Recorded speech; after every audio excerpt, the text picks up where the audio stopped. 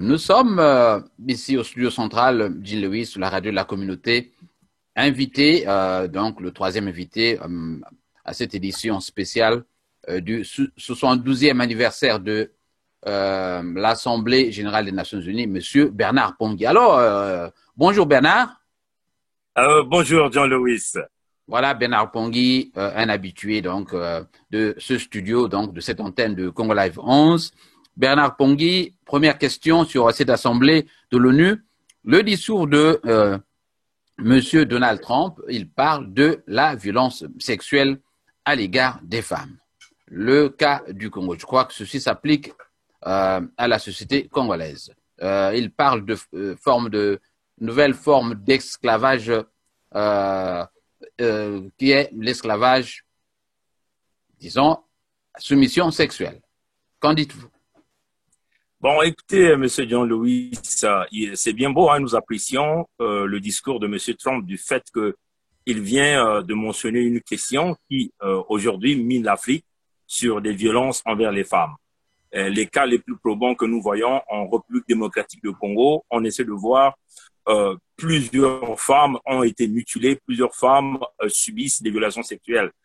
Aussi, le Congo-Brazzaville, hein, notamment avec l'armée de répression, le Denis Sassou Nguesso dans le pool, nous voyons que beaucoup de femmes congolaises ont été violées et aussi même des petits-enfants, des petites filles ont été violées. Mais, Monsieur John Lewis, on ne doit pas s'arrêter au discours. Il faut maintenant passer à des actes. Il faut maintenant passer à des vraies opérations qui consistent à punir tous ceux qui commettent ce genre de crimes. Vous voyez, le cas le plus probant que nous venons de citer du Congo-Brazzaville et éventuellement celui de la République démocratique du Congo, jusqu'aujourd'hui, nous ne remarquons qu'aucun coupable n'est passé devant les tribunaux. Vous voyez, et les coupables numéro un, c'est généralement les gouvernements, hein, ceux qui se disent entre guillemets gouvernements, en réalité, ce ne sont pas des gouvernements, mais c'est bien des criminels. Voilà, donc nous voulons beaucoup plus des actes, nous voulons beaucoup plus la réaction, nous voulons beaucoup plus des punitions, nous voulons beaucoup plus de résolutions des Nations Unies contre tous ceux qui alimentent ce système de violence contre les femmes. Voilà. Voilà, Monsieur Bernard Pongui, le président Trump a également mis l'accent sur l'inefficacité de l'ONU. Est-ce que vous pensez que l'ONU, notamment du fait de la bureaucratie qu'il a évoquée, alors pensez-vous que dans le cas du Congo, l'ONU soit une institution qui viendrait à nous aider efficacement? Écoutez, nous avions l'impression, d'une manière générale, nous le savons tous, par exemple, dans le cas de l'Afrique francophone ou de l'Afrique centrale, tous les pays qui sont liés dans cette zone d'Afrique sont sous la France au niveau des Nations Unies. Et nous savons que la plupart des temps, quand ces pays-là, où vous aviez des régimes militaires commettent des impunités, commettent des actes de crimes de guerre contre la population, ces régimes-là ne sont jamais punis au niveau des Nations Unies parce qu'ils ont une couverture, une protection, hein, de la France de manière générale. Parce que c'est la France qui détient ce pouvoir-là au niveau des Nations Unies pour pouvoir prononcer ou pouvoir essayer de foncer dans le cas des résolutions qui pouvaient donc impliquer ce genre de pays d'Afrique francophone. Vous voyez, au Congo-Brazzaville, par exemple, nous avons vu des représentants de l'ONU comme Batioli, et qui est même parti pour vouloir essayer, hein, si vous voulez, de légitimer un pouvoir que tout le monde sait que le monsieur a triché, le monsieur a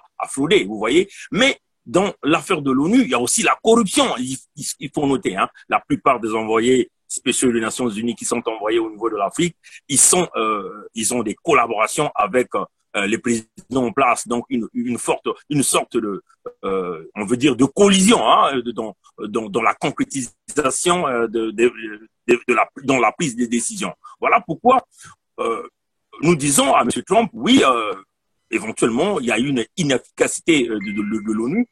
Il faut donc essayer de voir quel moyen peut-être qu'il faut ramener à plusieurs solutions au niveau de cette Assemblée des Nations Unies. Voilà. Alors, nous allons rapidement terminer, Bernard Pongui, sur l'offre de dialogue faite à l'opposition par le président du Parlement, notamment M. Isidore Mvouba. Quelle est votre position là-dessus? Est-ce que vous pensez que ce dialogue peut, dans des conditions excusez-moi de sauter là-dessus. Monsieur Isidore Mvuba était là quand le pôle s'est fait massacrer, quand il y a eu des bombardements, il n'a jamais rien dit.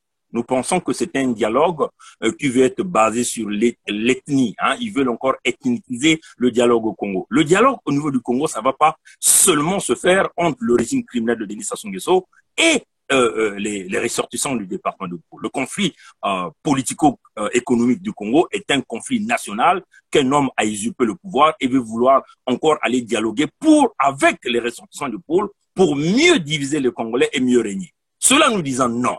Voilà pourquoi nous disons, nous ne pouvons pas toujours continuer à aller dialoguer avec celui qui est le bourreau du peuple, celui qui vous pointe l'arme et qui vous pousse au dialogue. Donc, pendant que vous dialoguez, vous avez l'arme au poing. Non. On ne peut pas négocier ni dialoguer avec Denis Sassou Nguesso. Les préalables d'une potentielle rencontre avec tous les Congolais, nous l'avons dit, hein, il faut libération des prisonniers politiques. Et si jamais les Congolais vont se parler, ils vont se parler à l'international avec l'appui des Nations Unies et tous les partenaires qui sont réellement pour la paix. Hein. Mais ce que nous remarquons, c'est que le dialogue veut être centralisé essentiellement entre les gens de Ntoumi. Mais c'est que nous venons rappeler aux gens, au peuple congolais ici. Ntoumi a déjà dialogué avec Sassou, n'est-ce pas? Ntoumi a déjà travaillé avec Sassou, n'est-ce pas? Mais après, qu'est-ce qui s'est passé? Vous voyez, l'homme revient aux mêmes choses. Hein. On veut vouloir utiliser les populations ici comme un moyen de dire que les populations souffrent. Mais en réalité, ceux qui font souffrir les populations, ce sont ceux-là qui vont dialoguer avec l'homme qui brutalise les populations. Donc, si nous pensons que nous allons arrêter de dialoguer avec l'homme qui brutalise les populations, en ce moment-là, il y aura une véritable paix qui vont éventuellement arriver au niveau du Congo. Voilà pourquoi nous disons à tous ces Congolais, même de la diaspora, qui se sont levés, qu'il y a même certains Congolais qui commencent à dire merci à Sassou, mais c'est incroyable. Moi, je me suis étonné plusieurs fois et par rapport à ce genre de réaction. Mais, Monsieur Louis, dialoguer avec Sassou, ce n'est pas une option. Voilà un peu ce que je tenais à dire. Voilà, merci. Voilà, c'était donc Bernard Pongui. Bernard, merci d'avoir accepté cette invitation et je vous retrouve certainement dans les tout prochains jours, Bernard. Ben, merci beaucoup. Au revoir. Voilà, c'était donc là un point spécial sur la 72e Assemblée générale des Nations Unies. Nous terminons sur ces images de la communauté gabonaise là-bas à New York. Merci, portez-vous bien. Jean Lewis, à la prochaine occasion.